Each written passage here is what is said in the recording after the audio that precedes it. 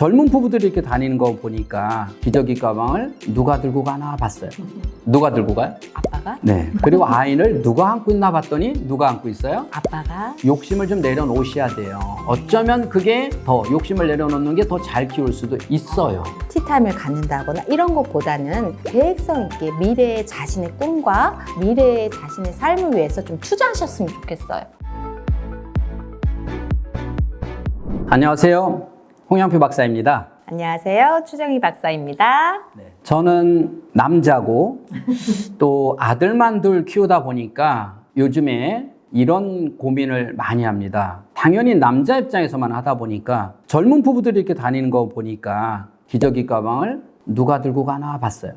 누가 들고 가요? 아빠가? 네. 그리고 아이를 누가 안고 있나 봤더니 누가 안고 있어요? 아빠가? 그래서 보니까 저희 조카도 결혼해서 애가 하나 있는데 집에 들어올 때 보니까 애 안고 기저귀 가방 들고 그리고 부인은 뒤따라 들어와요. 근데 제가 저희 어머니를 봤을 때는 그거와 전혀 반대인 삶을 시각적으로 보고 그런 삶을 살다가 지금 전혀 반대적인 상황을 볼 때는 그게 당연한 거다라고 생각하면서 뇌 안에서는 상당한 갈등이 있는 거죠. 예를 들어서 저는 이제 아이들에게 야, 너 장가 가서 안 쫓겨나려면 이리 와, 설거지해. 자, 이렇게 하는데 아직도 엄마들은 이런 사람이 있어요. 야, 남자가 왜 자꾸 여기 왔다 갔다 해? 이제 이렇게 생각에 이제 차이가 있어요. 그런데 한편 또 가만히 생각해 보니까 그럼 여자가 옛날처럼 집에 노냐는 거예요. 대부분 직장 생활하고 이렇게 될 때 여자 입장에서 생각해 보면 저희 어머니 시대는 유일하게 가사에만 집중했었는데 그렇죠? 근데 요새는 그게 아니다 보니까 또 여자 입장에서 생각해 보면 내가 공감은 다 아니지만 이해는 어느 정도 할 수 있겠다. 우리 추 박사님도 아이가 어렸을 때부터 쭉 직장 생활을 해왔잖아요. 네. 저희 아내도 그렇거든요. 네. 그래서 제가 요즘에 이제 이걸 좀 진작 생각했으면 좀 더 아내한테 덜 혼났을 텐데 저 이런 생각이 좀 들기도 하거든요. 네. 그럼 추 박사님 입장에서 요즘 애 키우는 젊은 엄마들 입장을 한번 좀 이야기를 한번 해봐 주세요. 저는 먼저 이렇게 어머님들 잘하고 계시다고 응원과 칭찬을 해드리고 싶습니다. 왜냐하면 현장에서 보면 정말 열심히 최선 다해서 하시려고 노력하거든요. 근데 여자들은 아이를 갖고 아이를 낳는 순간 초보일 수밖에 없어요. 초보요? 네, 초보 엄마일 수밖에 없는 거죠. 네네. 네, 그래서 본인이 부족함도 많이 느끼고 여러 가지 어려움도 겪기 때문에 그동안 일을 계속 했던 엄마라든지 가정이 있는 엄마도 마찬가지예요. 굉장히 이렇게 자존감이나 모든 게 낮아집니다. 그래서 응원도 많이 해드리고 싶고 잘하고 있다고 칭찬도 많이 해드리고 싶어요. 그리고 또 엄마들이 저희가 좀 안타까운 게 있어요. 정말 이렇게 커리어 우먼으로 열심히 경력을 쌓다가도 아이가 어느 정도 자라면 이제 일을 그만 쭉 두는 거죠. 예. 그리고 육아에 전념을 하지만 사실은 그거는 어떻게 보면 여자의 일생으로 봤을 때는 참 안타까운 일이 아닐 수가 없습니다. 아이들의 육아나 이런 것들이 필요한 시기가 있어요. 그때 전문가의 좀 도움을 받고 여기서의 전문가라는 거는 어떤 유아 교육 기관들이 있잖아요. 예, 그런데 훌륭한 선생님들 많이 계시거든요. 그래서 맡겨서 충분히 전문적인 교육을 받고 엄마도 그 사이에 같이 성장을 하는 거죠. 꾸준히 성장하고 열심히 하다 보면 어느 순간 아이가 태어났을 때 영아기, 유아기 때하고는 달리 엄마의 손이 좀 불필요할 때가 옵니다. 서서히 손을 떼는 순간이 와요. 그럴 때 엄마도 꾸준히 성장을 해서 엄마가 정말 이루고 싶은 꿈이라든지 엄마가 되고 싶은 사회의 구성원으로서의 역할이라든지 이런 것들을 경력 단절 없이 쭉 이어갔으면 좋겠어요. 저도 지금 이제 부모 상담할 때 가끔 이런 엄마를 봐요. 정말 이 어머니가 이제 전문 지식을 가지고 일을 하고 있다가 아이가 이제 유치원을 보낼 때까지 늘 마음 한편으로 갖고 있는 게 뭐냐면 아이에게 미안함. 어려서부터 아이를 제대로 해주지 못한 거에 대한 미안한 마음 때문에 결국은 고민을 하다가 이제 직장을 그만둬요. 그리고 내가 몇 년 만에 키워놓고 다시 가야지. 그리고 이제 아이를 키워보니까 처음 직장 갔을 때 한 1, 2년은 얼마나 우왕좌왕합니까? 그렇죠? 네. 자, 신빙. 근데 이 엄마는 이제 애는 조금 컸지만 신빙이에요. 그리고 이제 아이를 케어하다 보니까 전혀 오히려 아이를 더 망가뜨리고 있는 거죠. 그동안에 못 해준 거를 한 번에 다 하려고 하다 보니까 너무 과해서 아이는 너무 힘들어지니까 저는 차라리 이렇게 어머니 그만두시고 차라리 직장 가세요. 자, 이렇게 해서 어머니를 찾으세요. 애 더 망가뜨리지 말고. 요즘에 지금 우리 추박사님 말 맞다나 어린이집부터 영유아 요쪽부터 얼마나 국가가 잘 지금 준비해 놨습니까? 그리고 어린이집 유치원들 전문가들이 있으니까 그 힘을 좀 빌려서 어머니는 어머니 일을 하시고 아이는 전문 교육기관에 맡겨라. 자, 이런 건데 이제 어머님들이 그렇게 하기 위해서는 욕심을 좀 내려놓으셔야 돼요. 어쩌면 그게 더 욕심을 내려놓는 게 더 잘 키울 수도 있어요. 그렇죠? 네. 한번 경험을 한번 얘기해 보세요. 우리 추 박사님도 지금 이제 뭐 하루 쭉 직장 하면서 그리고 이제 저녁에 들어가서 육아를 했잖아요. 자, 그랬을 때 그러면 제가 볼 때 참 잘 키우셨단 말이에요. 자, 그러면 어떻게 했습니까?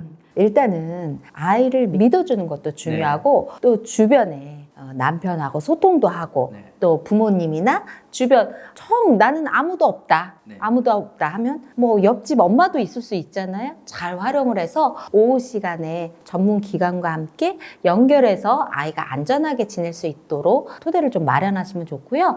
그리고 또 무엇보다 중요한 거는 양적인 시간보다는 질적으로 엄마랑 아이랑 공감하면서 같이 잘 지냈으면 좋겠습니다. 그래서 한 엄마는 이제 이렇게 돼 있어요. 자기가 정말 좋은 직장을 놓고 아이를 이제 케어하기 시작했는데 자기는 이 사회에서 승승장구하는 것만큼 아이도 진짜 잘 케어할 줄 알았거든요.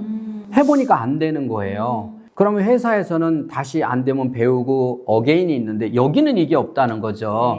그래서 이 어머니가 내가 그 좋은 직장 그만두고 이렇게 너를 위해서 헌신했는데 결국 돌아오는 건 이거니 그래서 우울이 오더라는 거죠. 예, 그런 엄마들이 의외로 주변에 꽤 많다는 거예요. 네. 그래서 일단은 제일 중요한 기준을 갖는 것도 중요한 것 같아요. 일단은 육아와 가정이 먼저인 거는 확실합니다. 그리고 나서 일을 해야 되는데 그 균형을 맞추는 거는 엄마의 몫인 것 같아요. 그래서 그 균형을 잘 맞추는 게 중요하고요. 저도 어머님들에게 당부하고 싶은 게 어머님들이 현재 직장 생활을 만족한다면 아이 때문에 직장을 포기하지 마시라는 거예요. 그리고 아이는 전문 교육기관에 맡기면 오히려 어떻게 보면 엄마가 해주는 것보다 더 잘 전문가니까 더 잘 양육할 수도 있거든요. 그리고 엄마는 엄마 일을 하고 어느 날 정말 아이가 손이 필요할 때가 있습니다. 그때 가서 엄마가 신경 쓰면 되니 아질까 이런 생각을 가져봅니다. 그리고 일하는 엄마뿐만이 아니라 가정에서 육아만 전담하는 어머님들이 계셔요. 이럴 때 아이가 전문기관 가서 어린이집이나 유치원 가서 유아기를 보낸다면 그때 엄마는 티타임을 갖는다거나 이런 것보다는 계획성 있게 미래의 자신의 꿈과 미래의 자신의 삶을 위해서 좀 투자하셨으면 좋겠어요. 저도 그건 적극적으로 참여합니다. 예를 들어 책을 읽는다든지 아니면 적극적으로 뭔가를 위해서 배우러 간다든지 그렇죠. 강연을 듣는다든지 스케줄을 짜가지고 그 시간을 좀 보람되게 보내면 어떨까 싶습니다. 이런 부분은 이제 그 자녀 교육을 떠나서 부부지간에 남편은 직장에서 자기가 그 직장에서 살아남기 위해서는 끊임없이 도전과 노력을 하고 있는데 집에서 하루 일과가 바쁜 건 알아요. 왜 집안일이라는 해도 표도 안 나잖아요. 그렇다고 손을 놓고 있다 보면 어느 날 부부지간에도 너무 차이가 많이 나면 소통이 안 되다 보니까 결국은 가장 소중한 부부 관계가 깨어질 수도 있거든요. 네. 그리고 아이들이 자랄 때는 이게 초등학교 때까지는 그 집이나 이 집이나 다 똑같아요. 아이들이 어느 정도 좀 이렇게 어지럽히면서 노는 것도 그렇죠. 부모 입장에서 엄마 입장에서 좀 허용하면서 생활을 하셨으면 좋겠습니다. 먼지 하나 없게 어떻게 깨끗하게 지낼 수가 있겠어요. 올해는 저희가 바람은 어머님들이 올 한 해 계획을 비록 작심삼일을 할지언정 한번 심도 있게 올 한 해 내가 아이를 집에서 키우면서 어떻게 나를 위한 준비를 할 것인가 계획을 좀 세워보시고요. 또 직장에 다니는 어머님들 역시 한번 계획을 세워서 그럼 내가 올 한 해 어떻게 할 것인가 계획을 세워서 그것을 얼만큼 실천하는지 한번 실천해보는 그래서 어머니가 행복한 그런 시간, 그런 올 한 해가 됐으면 하는 바람으로 오늘 이 시간을 마련해 봤습니다. 벌써 우리가 꽤 긴 시간 공감이라고 하는 책 한 권을 곱씹어 봤던 것 같아요. 그동안에 우리 추 박사님과 함께 하면서 많은 어머님들과 저 역시도 공감에 대해서 다양한 주제를 놓고 이야기해 봤는데 참 많은 도움이 됐던 시간인 것 같아요. 우리 추 박사님 그동안에 하면서 뭘 느끼셨어요? 일단은 제가 정말 존경하는 우리 스승 스승님이시죠. 홍양표 교수님한테 이렇게 초대해 주셔가지고 함께 나눌 수 있는 시간 주셔서 진심으로 감사합니다. 네, 우리가 네. 처음 이렇게 해보셨는데도 불구하고 완전히 프로처럼 아이고. 너무 잘해주셔서 제가 너무 행복했습니다. 우리 어머님들 다음에 좀 더 또 새로운 주제를 가지고 여러분들과 함께하고 다음에 또 기회가 되면 다시 한번 모셔서 아이고. 좀 더 업그레이드된 영광입니다. 강의를 가지고 여러분 찾아뵙도록 하겠습니다. 감사합니다. 지금까지 인간 수업의 홍양표 박사였습니다. 감사합니다. 수고하셨습니다. 네. 보통 엄마들은 너 오늘 유치원 가면 재밌게 놀다 와. 자, 이렇게 얘기하잖아요. 그래서 유치원에서 재밌게 이렇게 노는 걸 원하는데 유치원에서는 노는 것만 하는 게 아니라 이거죠. 노는 거 안에도 그 안에도 규칙이 있고 다 학습이 있다. 유치원 아이들은 왜 놀이를 해야 되나요? 그냥 앉혀놓고 학습을 시키면 되는데 왜 놀이를 해야 되나요? 아이랑 또래 집단에 대한 방법이 지금 코로나로 인해서 많이 없어졌어요. 근데 그런 아이들인데 이제 활성화돼서 너 맘대로 놀아. 막상 아이들인데는 내가 누구하고 놀아? 어떻게 놀아?